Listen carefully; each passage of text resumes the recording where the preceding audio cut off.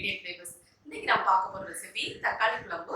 இது ஆப்பம், இடியாப்பம், ரொட்டி, சப்பாத்தி, ரைஸ் எல்லாத்துக்கூடயுமே சேர்த்து சாப்பிட ரொம்ப டேஸ்டா இருக்கும். ரொம்ப சிம்பிளான ரெசிபி இது. இது செய்யறதுக்கு எந்த விதமான காயும் தேவையில்லை.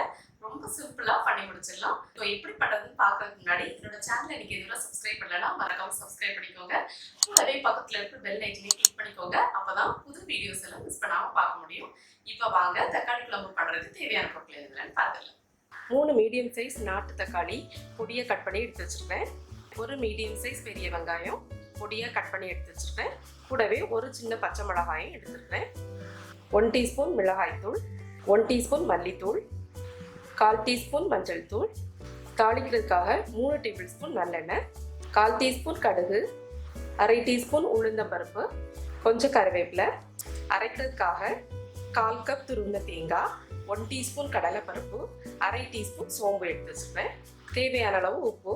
இனி எப்படி பண்ணுறதுன்னு பார்க்கலாம். ஃபர்ஸ்ட் நம்ம வறுக்க வேண்டிய பொருட்களை வறுத்துடலாம். அதுக்கு ஒரு பேனை சூடு பண்ணிக்கோங்க. பேன் ஹீட் ஆனதும் அதில் துருவின தேங்காய், கடலைப்பருப்பு, அப்புறமா சோம்பு எல்லாம் சேர்த்துடலாம். சேர்த்துட்டு இதை நல்லா வறுத்துக்கோங்க. தேங்காவோட மாய்ஸ்சர் எல்லாமே போய் நல்லா ட்ரை ஆகிறது வரைக்கும் வறுத்துக்கோங்க. இப்போ பார்த்தீங்கன்னா தேங்காய் நல்லா வறுபட்டுருச்சு.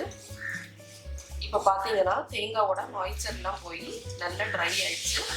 அதோட நம்ம சேர்த்த கடலைப்பருப்பு, சோம்பும் வறுபட்டு அதோட வாசனையும் வர ஆரம்பிக்குது. இந்த டைமில் ஸ்டவ் ஆஃப் பண்ணிடலாம்.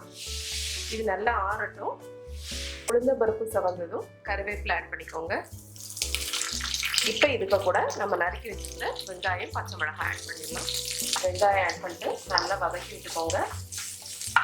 வெங்காயம் நல்லா டிரான்ஸ்பரண்டாக வர வரைக்கும் வதக்கி விட்டுக்கோங்க. இப்போ பார்த்தீங்கன்னா நம்மளோட வெங்காயம் நல்லா டிரான்ஸ்பரண்ட் ஆயிடுச்சு. இப்போ இதுக்கு கூட பவுடர்ஸ் எல்லாம் ஆட் பண்ணிடலாம். மிளகாய்த்தூள், மல்லித்தூள், அப்புறமா மஞ்சள் தூள். பவுடர்ஸ் ஆட் பண்ணிட்டு நல்லா மிக்ஸ் பண்ணி விட்டுடலாம். பவுடர்ஸோட பச்சை வாசனை போகிற வரைக்கும் நல்லா வதக்கி விட்டுக்கோங்க.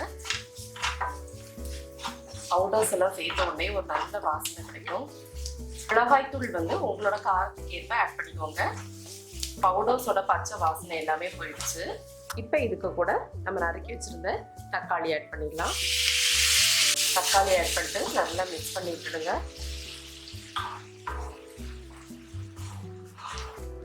தக்காளி நல்ல மேஷ் ஆகிற அளவுக்கு வேகணும்.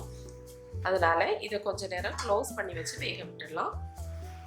தக்காளி நல்லா வேகிறதுக்குள்ள நம்ம வறுத்து வச்சிருந்த பொருட்களை அரைச்சிடலாம்.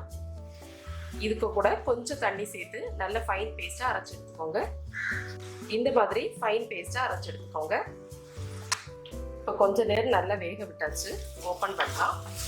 தக்காளி நல்லா மேஷ் ஆகிற அளவு வெந்துருச்சு. நீங்கள் க்ளோஸ் பண்ணி வேக விடுறப்ப இடையிடையே ஓப்பன் பண்ணி கிளறி விட்டுக்கணும். அப்போ தான் நல்லா வேகும். இது நல்லா வெந்துருச்சு. இதுக்கு கூட நம்ம அரைச்சி வச்சுருந்த தேங்காய் பேஸ்ட் ஆட் பண்ணிடலாம். தேங்காய் பேஸ்ட் ஆட் பண்ணதுக்கப்புறமா தேவையான அளவு தண்ணியும் சேர்த்துக்கோங்க.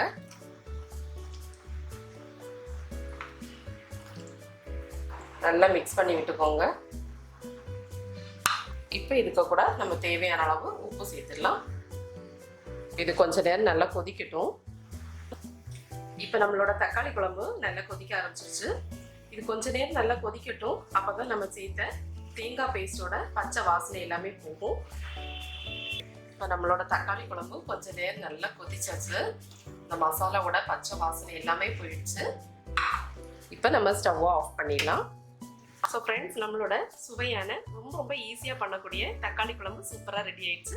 இதை நீங்கள் ஆப்பம், இடியாப்பம், ரொட்டி, சப்பாத்தி, இட்லி, தோசை, ரைஸ் எல்லாத்துக்கூடயுமே சேர்த்து சாப்பிடலாம். ரொம்ப டேஸ்ட்டாக இருக்கும். கண்டிப்பாக நீங்கள் ட்ரை பண்ணி பாருங்கள். ட்ரை பண்ணி பார்த்துட்டு எப்படி இருந்துச்சுன்னு உங்களோட கமெண்ட்ஸை ஷேர் பண்ணுங்கள். இந்த வீடியோ உங்களுக்கு பிடிச்சிருந்தா என்னோட சேனலுக்கு மறக்காமல் சப்ஸ்கிரைப் பண்ணுங்கள். தேங்க்யூ.